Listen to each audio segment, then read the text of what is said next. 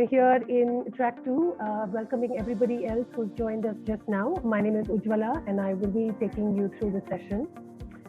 We're here in track 2, Women in Technology, brought to you by HerTech. So I'd like to give you a little anecdote or a little something that I happened to read just before we were planning this session.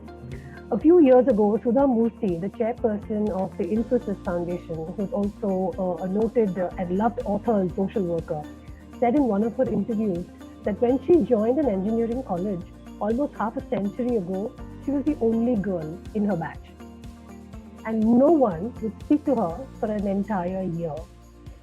This was a half century back. But that did not deter her from following her dream. In fact, she took it up as a challenge to prove that girls can also take up science and tech fields and excel in engineering in a male-dominated field. Things are thankfully changing, and that's why we have 3 amazing, inspiring women leaders to take us through their journey. I'm delighted to introduce our panelists for the day. Before that, we'll have a quick video that will play to put our theme in focus.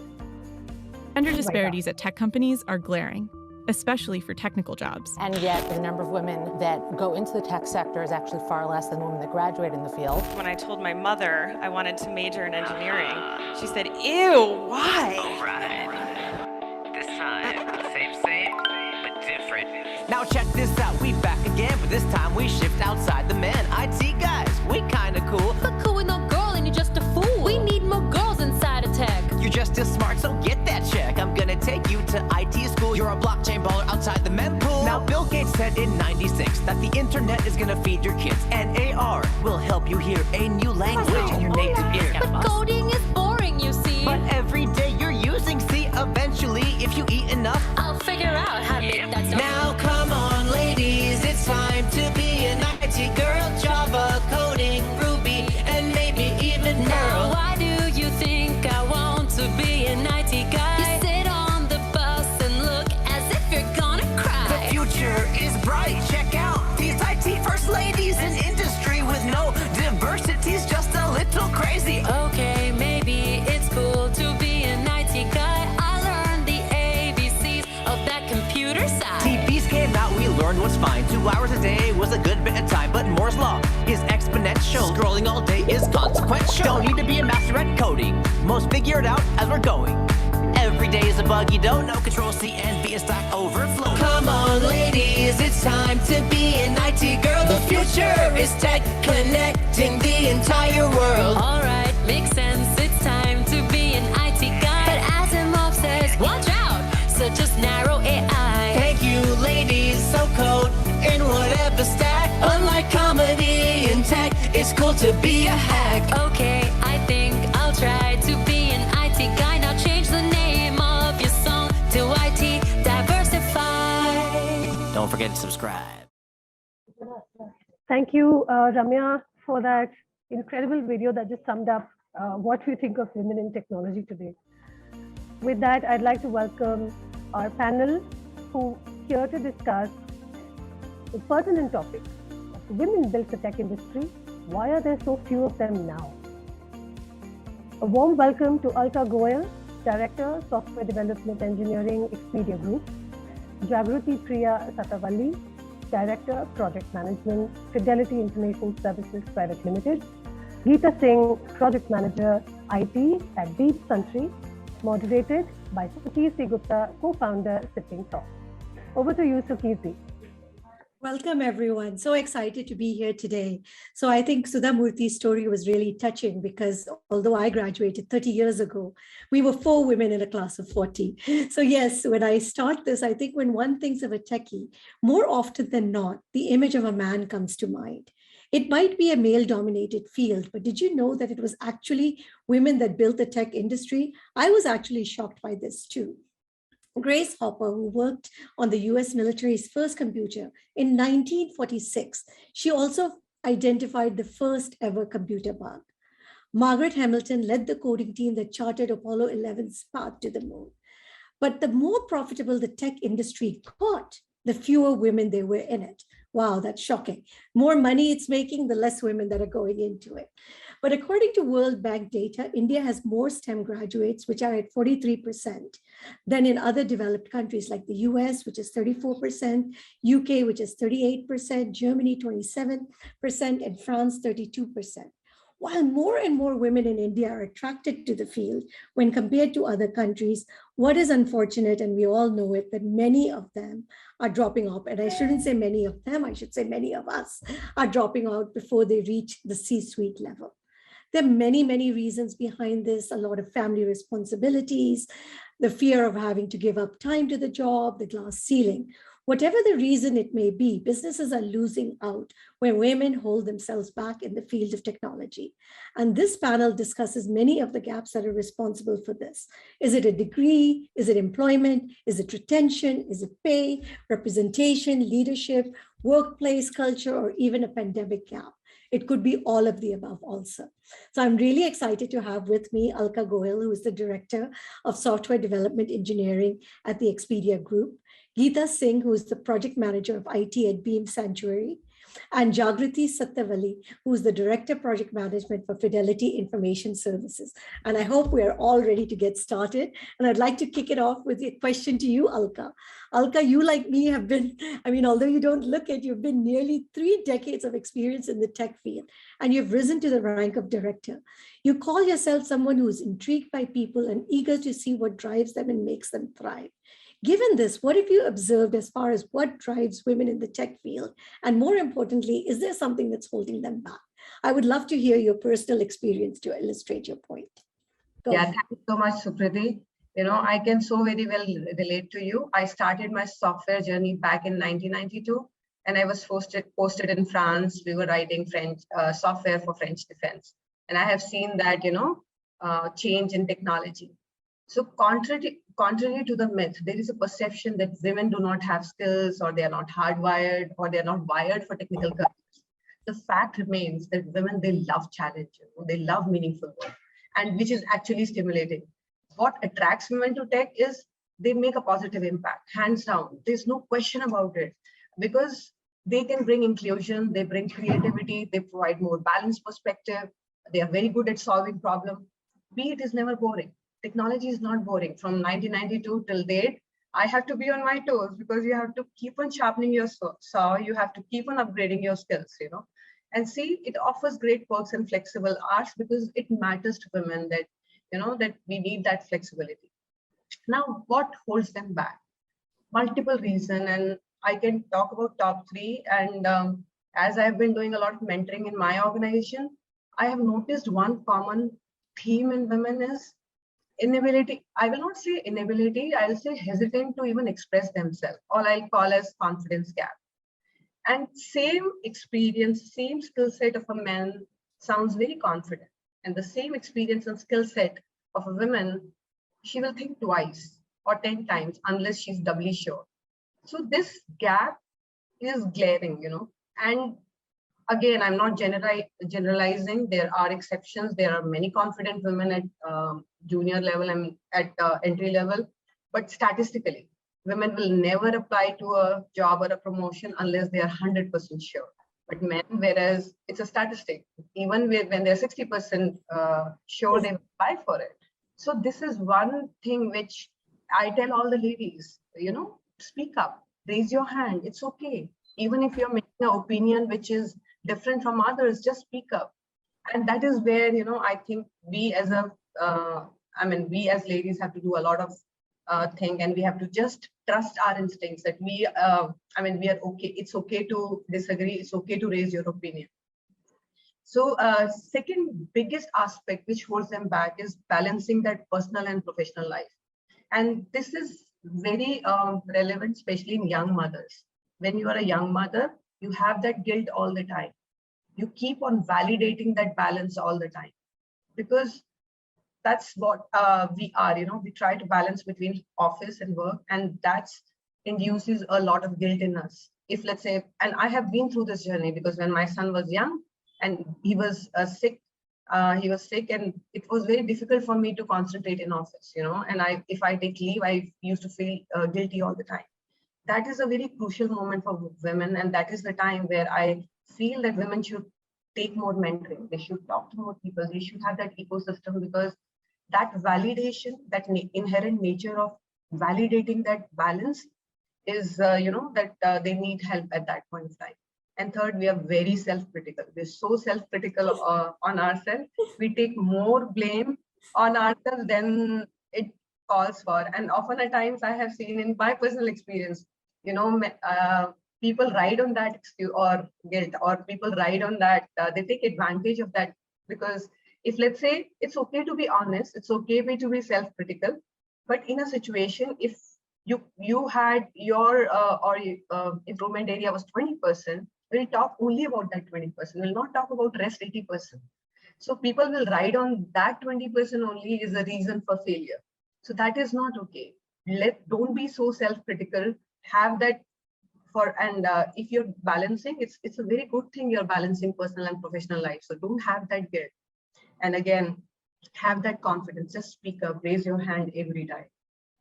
No, I loved it. I loved it. And I especially love your phrase that technology is not boring, because we've got to change the stereotypical myth. And I love the video that it's cool to be an IT girl, because we have to change this perception out there that these are very boring jobs. These are very desk-based jobs, and that actually they're very much fun. But thank you for that. And now over to you, Jagriti, because one of the biggest concerns that people also have, it's a fast evolving field and technology is changing so fast. I mean, it's scary at times, even as a user, but keeping yourself updated on the latest tech can mean the difference between survival and losing out. How important is it for you to upskill? And does this have to be a continuous process? Great question, and thanks for the question, Sukirti. So upskilling is definitely important. One of the points outside of gender is that upskilling organizations actually they save cost by increasing the capabilities of current employees. So you're actually saving time, you're saving on budget, on hiring, onboarding, and allowing time for probation. So if you are upskilling yourself, you're giving a gift to your organization. And upskilling can be via enrolling in courses, training portals. It could be online material, professional, social media like LinkedIn. I mean, that's something that I have practiced quite often, and webinars or TED Talks. You can also stay up to date via reading articles on technology advancements. Learning from books is another thing, but the most important thing sometimes which gets ignored is that learning on the job. So are you skilling yourself? Are you doing solid improvements in your job? Are you picking up a new role? Are you picking up a new piece of work? So that is crucial part of upskilling, and that's where you show your willingness to kind of be part of the organization's ongoing and happening technology disruptions, and not hesitating to take up works that we are new to. Just like how I mentioned, get out of your comfort zone, and that plays a crucial role really. So by doing this, we must notice that we are actually creating the trust and confidence in people around us, and we're embracing new technologies and new ways of working and managing ambiguity well. So if you are trusted to manage ambiguity well, that means you are upskilling yourself very well. And one of the other situations that we have had recently is the pandemic situation. So women are, the study which is done recently shows that women are actually taking up more responsibility at work, which we would have actually thought the other way around. So they're taking up more responsibility at work, along with they cannot give up their childcare responsibilities, right? I mean, that is something that is, I've heard from quite few women employees also, and that is leading to burnout. And dropouts are also happening partially because of this, and it could be voluntary or involuntary. So there seems to have been an impact on retention in the tech workforce. If you see the current study, it says 14% of women are involuntarily let go of versus 8% of men. And also, and this is happening during the remote working period. And also working remotely, women are more hesitant to ask for raise or promotion. So upskilling is important to understand the current fast growing tech landscape and to demonstrate value through that, so that you give confidence. It gives you confidence to step up and ask for something, and confidence in the company and what to do, so that develops mutual trust as well. One more point I would like to mention is learning from whatever we do on day-to-day basis from colleagues, senior staff or coaches, reverse mentors is also upskilling, and it is as important as any of your daily chores or routine that you follow. So build that into your routine itself, and that becomes a habit eventually. Talking about continuous process of upskilling, if we do not upskill continuously, then we are definitely, we do not grow simply because we are not having as capable, or we're not seen as capable, and we may not develop interest in our own development itself. And I would like to quote Carla Harris here when she says that perception is extremely important in growing, because it is important as to what we are seeing rather than just what we are doing. So head down and doing is not really the thing, but you'll also have to ensure that you're perceived that way. So that is also one thing to survive and also keep growing. And continuous learning also occurs through continuous networking, what you and I are doing in the Herky Club. So learning from different people with diverse backgrounds, industries, and experiences. So thanks to Jobs for Her for that great initiative. One of the stories I would like to share about myself is I don't come from an engineering background, but I am in IT. So I studied psychology and eventually landed up working with ITES teams, IT and agile teams. I've also worked on technology transformation. So this came through learning what is testing, what is agile teams, what is Scrum, and incorporating that myself, and being bold enough to and confident to say that, okay, I will do it. And if failure should not be taken as a discouragement. So I think continuous improvement process of upskilling is definitely improvements that you do within yourself is definitely important. Wow, Jagrati, that's amazing. Because first of all, I loved what you said, that upskilling is a gift. And I would just like to add that it's not only a gift that you're giving to the organization, but it's a gift that you're giving to yourself. Moving outside the comfort zone, working remotely. And I want to come back to you with a question, because this is something that a lot of people are talking about. People thought they would love the work from home, but they're finding that there is no start and no end. And the last part, which I think is really, really encouraging for everybody, that you can be in IT without having an IT degree. I think a lot of people feel that you must have followed the traditional path, and seeing from you. So I would like you to please go back into this working remotely. How have you handled this challenge? Because this work hour, and many women are finding it very difficult to manage all the challenges, and your personal journey from not being from a traditional IT degree. So yeah, that's a very nice question. So initially we started, so if you remember, it was March last year that we started working remotely. It was very, very difficult for me, and I did have challenges within myself with people, because I am more of a go and talk to people person, and travel also was one of my part of my profile. So both of them stopped immediately. And what do I do next? So I struggled. You might be working behind computers, you might be doing a lot of calls, they could be video calls, but still I used to feel that lack of personal touch and seeing face to face.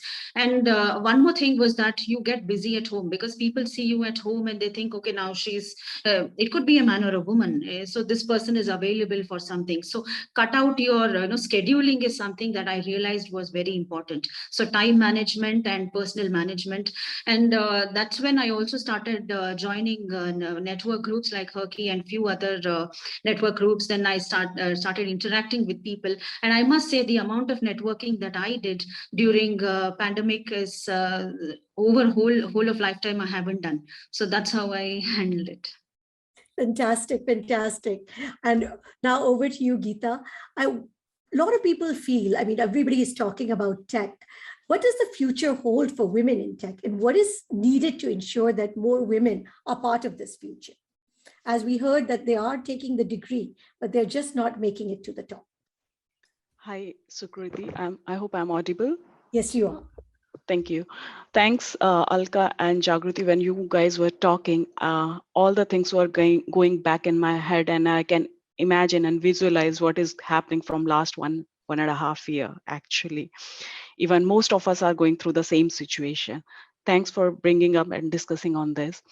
Sukriti, I'll back to your question, like what is there in future for us as a woman in especially tech industry? Before I answer this question, I would like to go back one step back, and I want to say what was there for women in industry last 10-15 years back. So this industry is growing as fast as any other industry is going, but we as a woman are very less contribution to this industry because of the personal reasons, more majorly on the personal reason. No one want to give up the job and just stay back at home and doing nothing.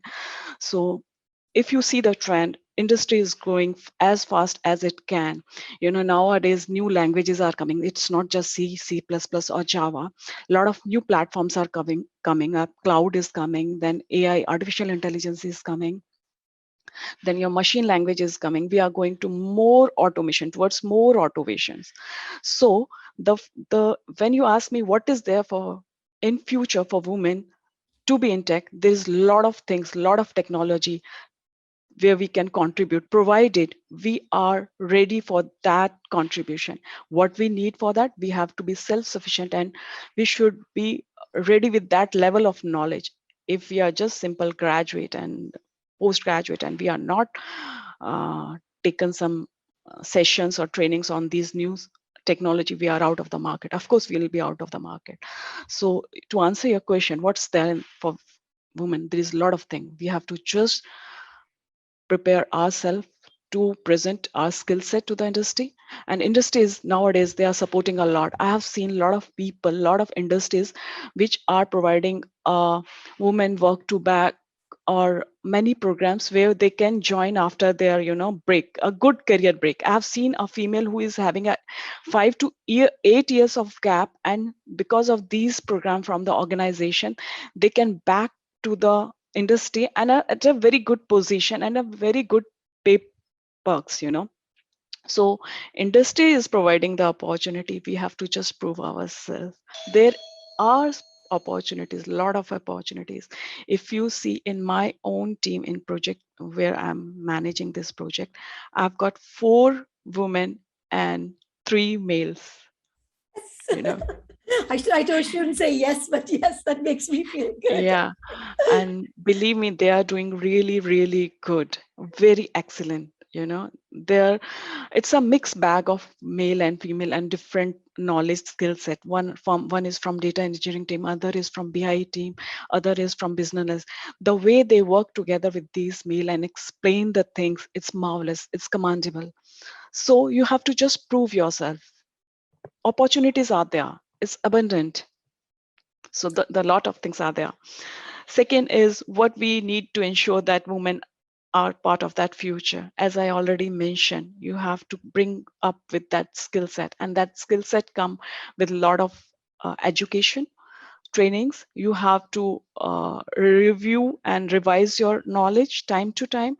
You have to learn through a lot of certificates, and a lot of online courses are there.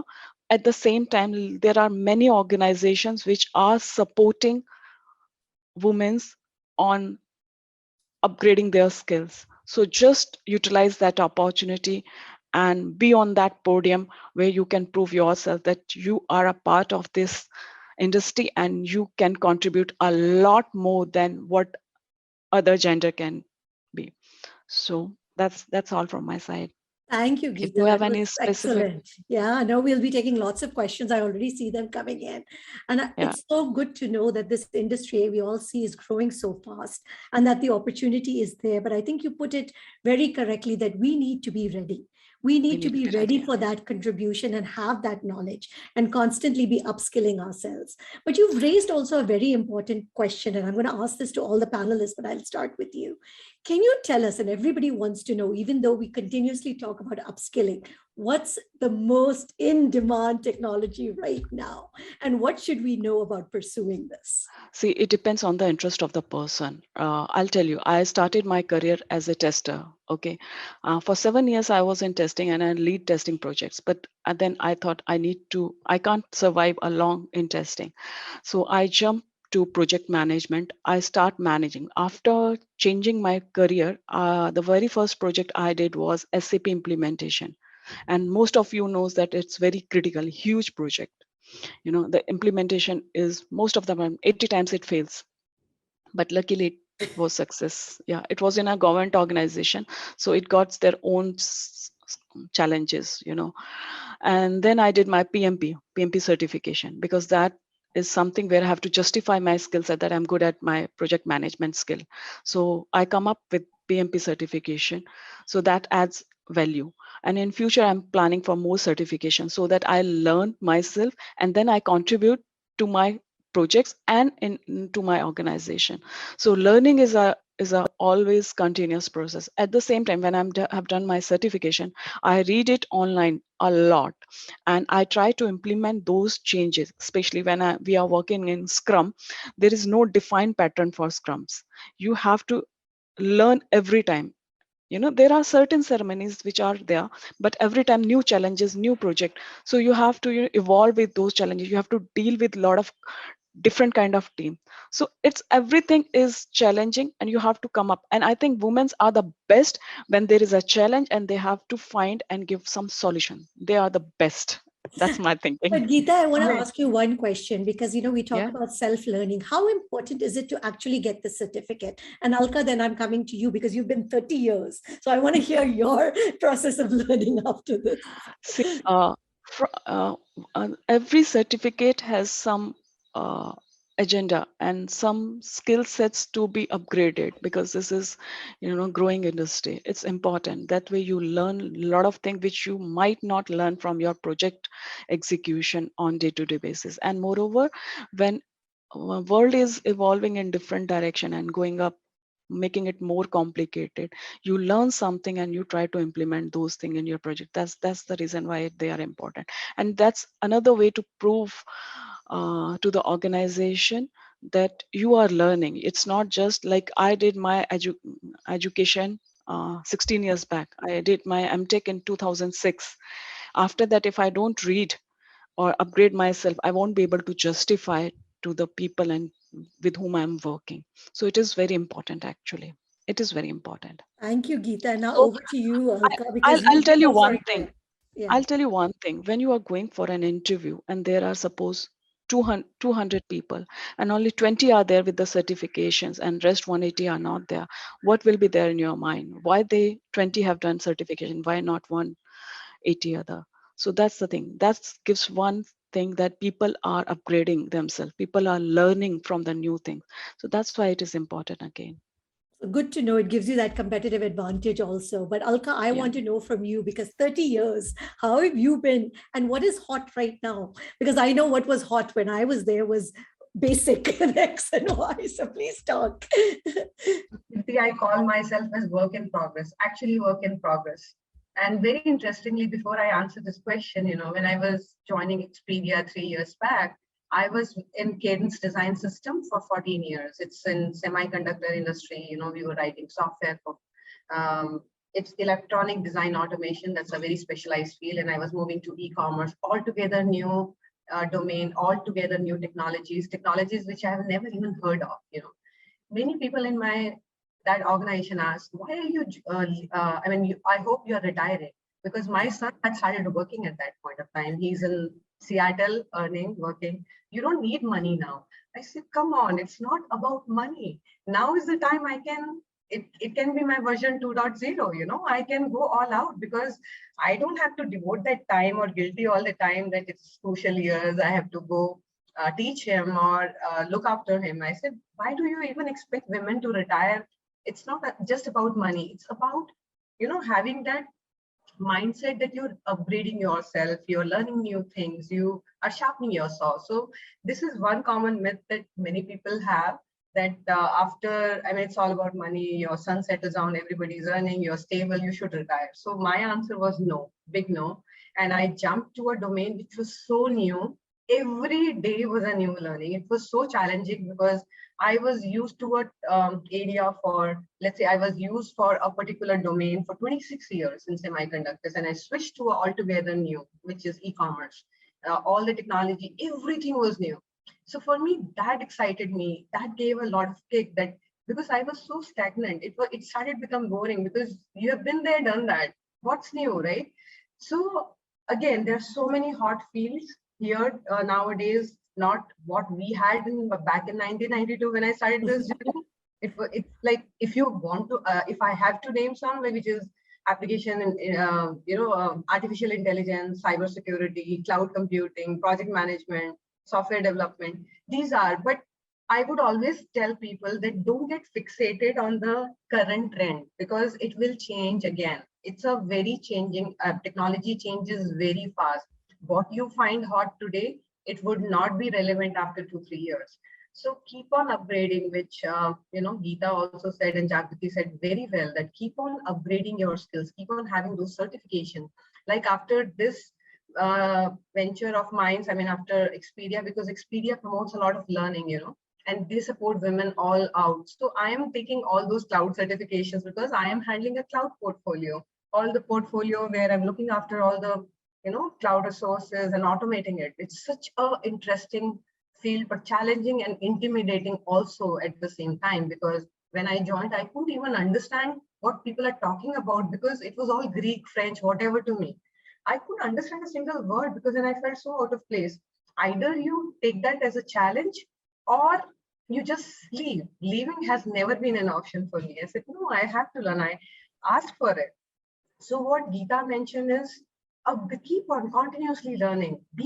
Have that commitment in you that I have asked for it, I am for it, and I will sail through, and I will be very, very successful in this whole journey. So have those certifications, keep on upgrading. It's very important to be relevant. And also, women are not there to churn a mechanical handle day in, day out. We are not cut for that. We love challenges. We saw so many challenges at home. Why not office, right? Think it that way. We don't like boring things. It has to be exciting. If if I'm spending more than half my life in office, it better be exciting, right? So that's how I see it. Trends will change. They have changed. They have been changing. What is new now will be irrelevant very soon. But having said that, that doesn't mean that you should not experiment or you should not learn the new trend. You should, but then find your own niche. Have that, keep on experimenting. For example, in my own journey, I have taken different roles around technology, not always software development. When I started as a software developer, then I went to an application engineering support, supporting help desk for the entire Asia Pacific region, then came back to R&D teams, and then operations. When I was moved to operations, believe me, my first action was no. I don't want to go into operations because I'm user of those services. They were so mechanical. They were so non-automated. They were so boring. And I said, I don't want. And that's what my boss said in my previous company. That's what I want you to bring on the table. It's 100% mechanical. And I want you to make it 100% automated. So that was a DevOps journey that I started. And trust me, that was most gratifying. Because not just because I made it 100% automated or moved the people to DevOps, it was gratifying on a personal reason, because then you start understanding people, where they're coming from, what are their inherent fear in moving towards automation. Because I was leading a team, they have never, barring 5 or 6% of people, they didn't want to automate because they didn't know. A, they didn't know how to do it, and B, they were intimidating. What if we automate everything and then we are out of the job? Now, how do you handle those insecurities? That was gratifying for me. And for me, that was rewarding also, because then you understand their inherent fears and you unblock them. That gives me a kick that you yourself don't know your potential. You can do it. So as a leader, it is very important to identify people's potential, inherent fears, and address them gently, not. So for me, I have taken many roles around technology. Some of it came organically to me. Some of it I volunteered. And trust me, dots do get connected at some point of time. You will see the whole pattern and the picture coming out. Beautifully said, because I just really love it, because there's so much opportunity and so much growth. Now, Jagriti, coming to you also. Of course, I'd love to understand what inspired you to move to tech, but what's the hottest area? Because I know people still want to know it, even though we keep saying, we want to know what's in vogue right now. Yeah, absolutely. So for me, it is more of digitalization and digital technologies. So before I talk about those technologies, let's establish the difference between digitization and digitalization. So digitization is more of converting data and process into digital formats, while digitalization is a transformation. It's a journey which takes you to the next level to making data digital and making it happen through trends and collecting data and making better factual decisions. So the technologies I could, which I have observed right now coming in hot is automation, machine learning, big data, AI, and IoT, Internet of Things. And one of the that you've also were asking is what do women need to know when we are pursuing this? So if we don't act swiftly, if we don't upskill and go grab those opportunities, and if we don't act with conviction, then there is a risk of falling behind. The more digitally educated and mentally flexible we are and make our teams to be so, then the more we can help transform organizations, and that will help us create continuous learning culture and put ourselves in a stronger and more competitive position when technological disruptions are occur. So it makes you ready. It's a sort of readiness that comes within you.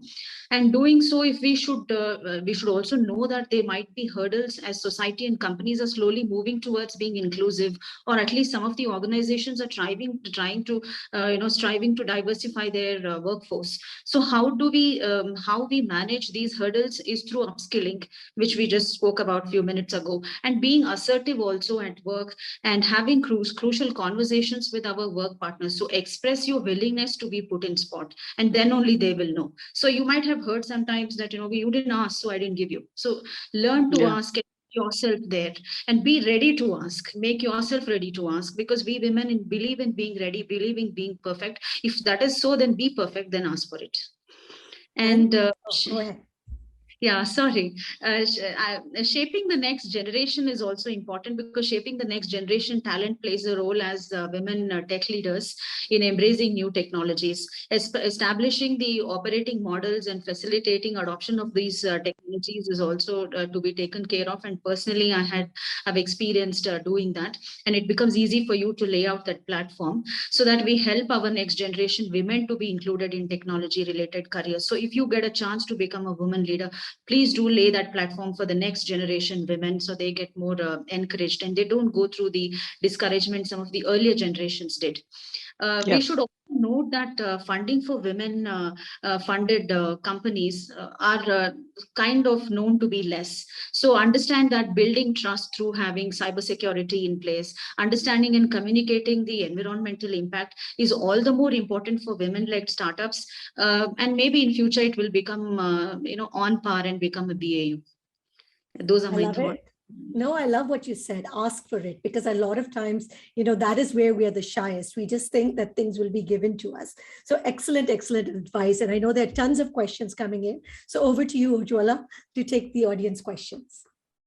Thank you, Sukirti. And I must say, even if you aren't a woman in tech on this track, this is certainly inspiring, because there were some really basic questions that we have got answered from all of you who've been there, done that, and who are doing so well in the field of technology that more and more women definitely need to hear about, your experiences.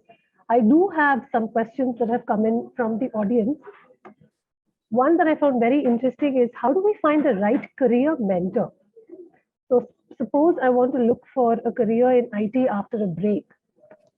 How do I go about looking for a mentor who can actually give me that push and the guidance to go ahead? Yes, please go ahead and answer the question. Can I take this question, please? Sure, Geeta. Yes. So when you are asking for the mentor, the very first thing is we have internet in place first. That could be our first mentor. Read as much as you can from the different websites. A lot of study material is available.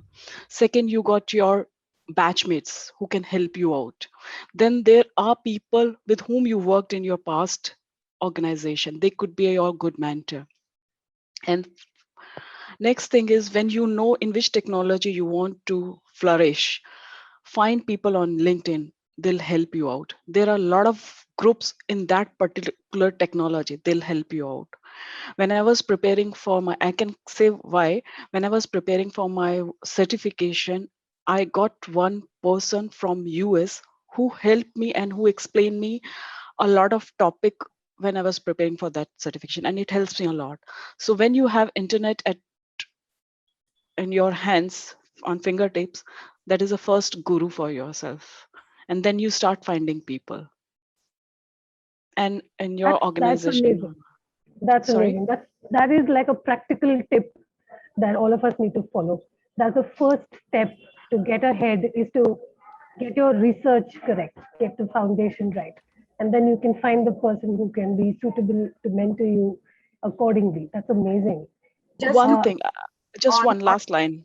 Yeah, Sure. Because in today's busy life with a lot of work and home, many people can't devote so much of time to you unless you are very, very close to that person, and you cannot take more than half an hour probably, so better to read yourself, prepare with the questions, right set of questions, and get a right set of people who can help you out. And that's the way I feel. So just to add to that, I think those are great points, Geeta. Just to add to that, one more easier way is to look back on your previous managers, because your previous managers know you, they know your strength, then they might be also invested in your development. So it's easy to get mentored by your managers as well, your previous managers. Yeah, love it.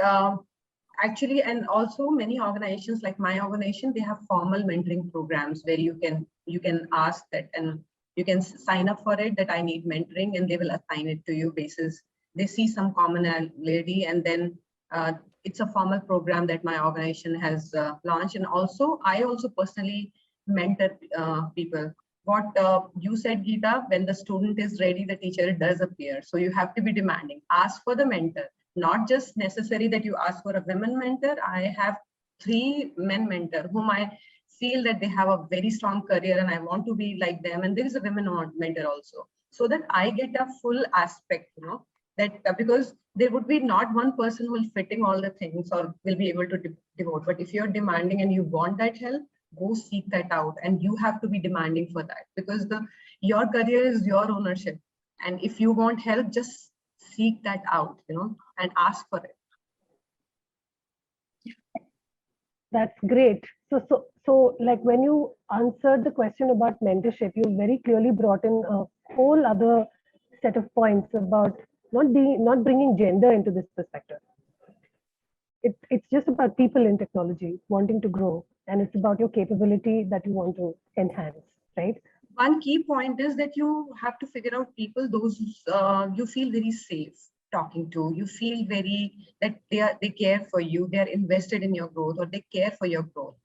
Find out that ecosystem, have those allies in your organization, and they will exist. It's just that you have to go reach out and figure out who are genuinely invested in your growth, or who generally cares for you, which is a safe people whom you can share your insecurities about, which will not backfire. So it's very important to find that ecosystem in the very first place, be it men, be it women.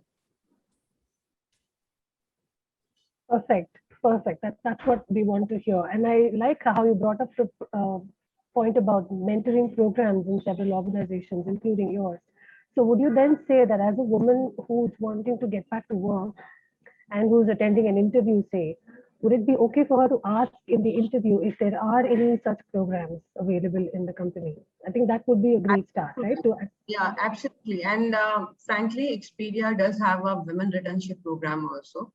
We have a specialized program for hiring those women who wants to return back after sabbatical or a long leave or a long mat leave. We have that specialized program for them, because then, and that's the whole purpose, that will give them, we are ready to invest that our time and energy, because they will need, because at the time when they left and the time which is now, there is technology taken some leap. So how much invested you are as an organization to help those, and there's a big chunk of women out there which we can tap. Perfect. So I think that's in line with my next question that someone's asked here on the group.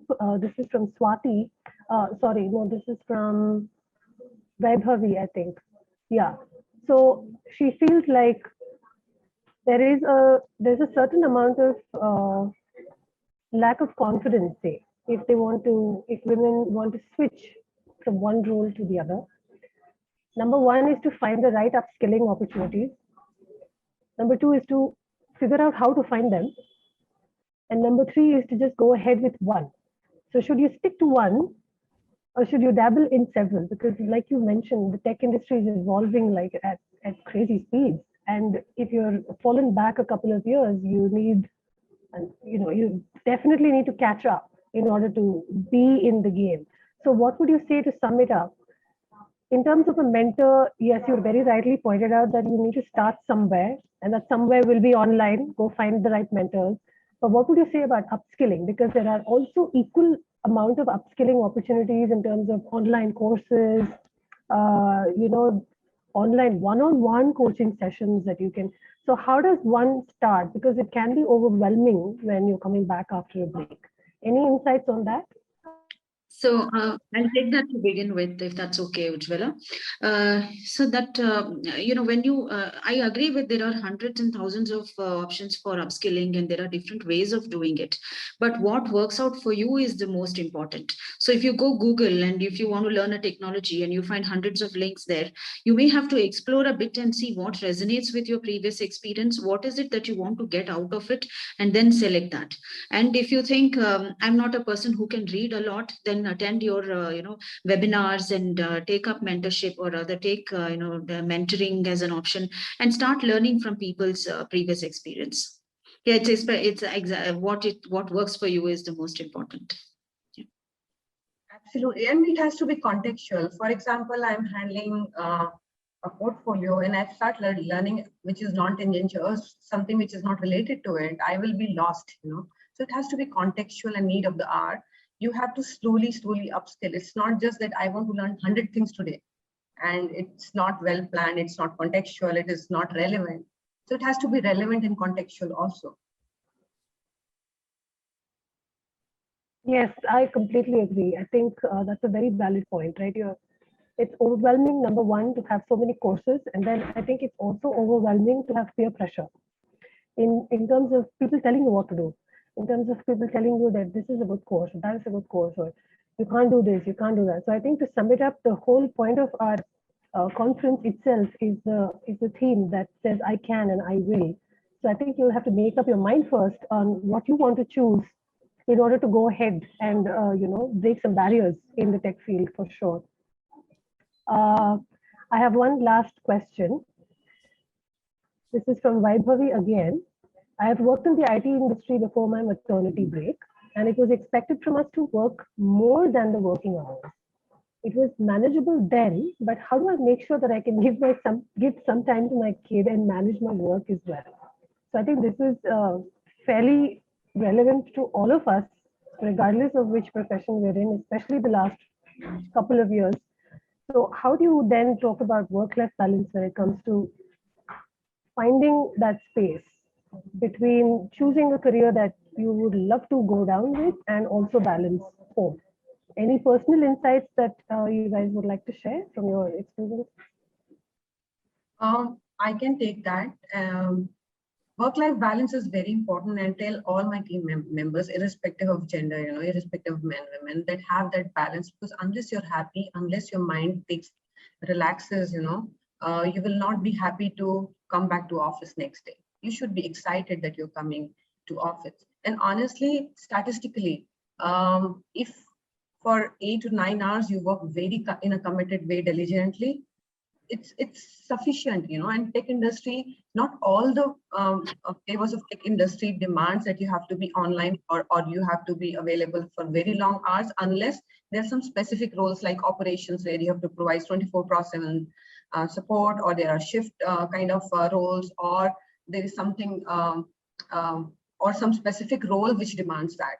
So if that is in work-life balance is important to us, it should be important to us.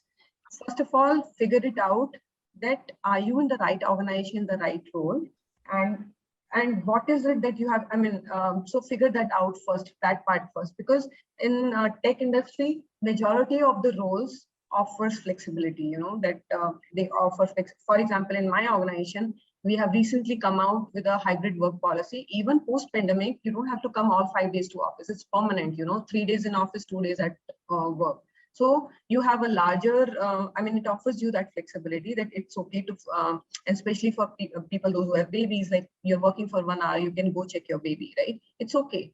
And I have seen a trend that majority of the organizations have started in, talking about work-life balance, and they have started encouraging to have that balance, unless there is something which is, for example, I'm releasing a software and something is broken. That is the spike, and that is the permanent spike. At that point of time, I tell my team that is the accountability, because somebody else is blocked because of our, bug.